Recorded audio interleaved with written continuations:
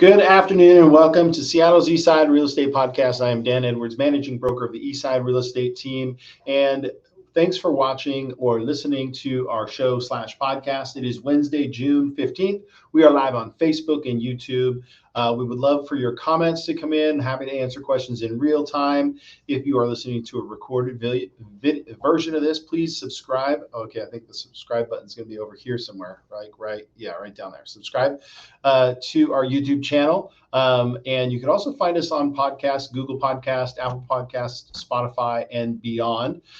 We are going to have a Real Talk segment, and also we're going to be welcoming Tucker Maxwell to talk about kind of the new changes, the things that are happening in the mortgage industry, which is daily impacting home buyers and home sellers. And then we're also going to be introducing one of our new, actually, comeback real estate agent of the year, joining the Eastside Real Estate team again, Carrie Jamber. She's going to be joining us after our Real Talks, after our mortgage moment with Tucker Maxwell. So as we get started, I wanted to begin with our Real Talk segment today. And the topic is real estate is still considered to be the best long-term investment. I thought I would bring up our blog website that we have here. I'm going to bring that up right there.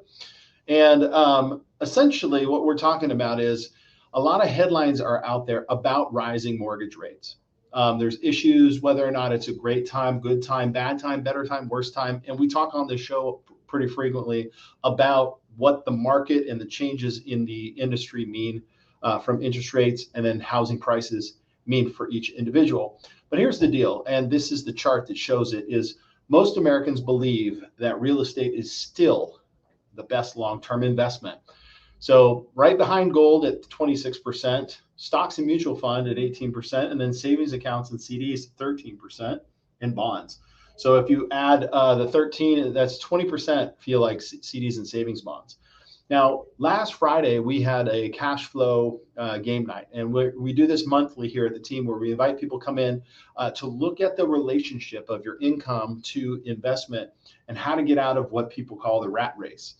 And a lot of people find that they struggle with keeping their expenses low enough so that they can actually start to invest, not buy real estate, but invest in real estate.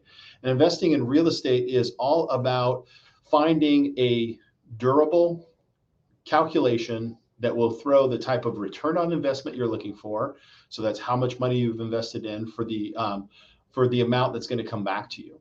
And the statistics don't lie, is home ownership, just the beginning of home ownership, is that catalyst for people building wealth from all walks of life. No matter where you come from, when you start to earn equity, a couple of things happen. There's some magic that happens when you start paying a mortgage. Number one, you're forcing yourself to save money. So even though you put a down payment down, it's not like a car, or it's not like a new speaker system, or it's not like all of these commodities that diminish over time. As real estate historically appreciates.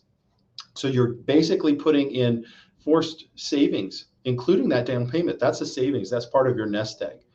And because it grows over time, and I won't even talk about the price deduction, but because that the value of properties go over time, yet you've locked in your monthly payment. When you're renting a property, this year will be, let's say, $1,800 a month. Next year will be $1,900 a month. The year after that, it might be $2,000 a month, and so on and so forth. But when you lock in a fixed rate loan for 30 years, your payment won't have to change for 30 years. So long story short, buying a home, it's a powerful decision. And it's no wonder many people view real estate as a great long-term investment. If you find yourself in that situation, we would love to get with you and help you find the opportunity that fits your budget. Reach out to the Eastside Real Estate team, and that is our mortgage talk, or that's our mortgage moment. That's not our mortgage moment. That is our Real Talk segment. Thanks for watching. We're going to have a short commercial break, and welcome back, Tucker Maxwell. We're going to be talking about home loan servicing. Who are you paying your bills to when it comes to a mortgage? So come back after this short commercial break.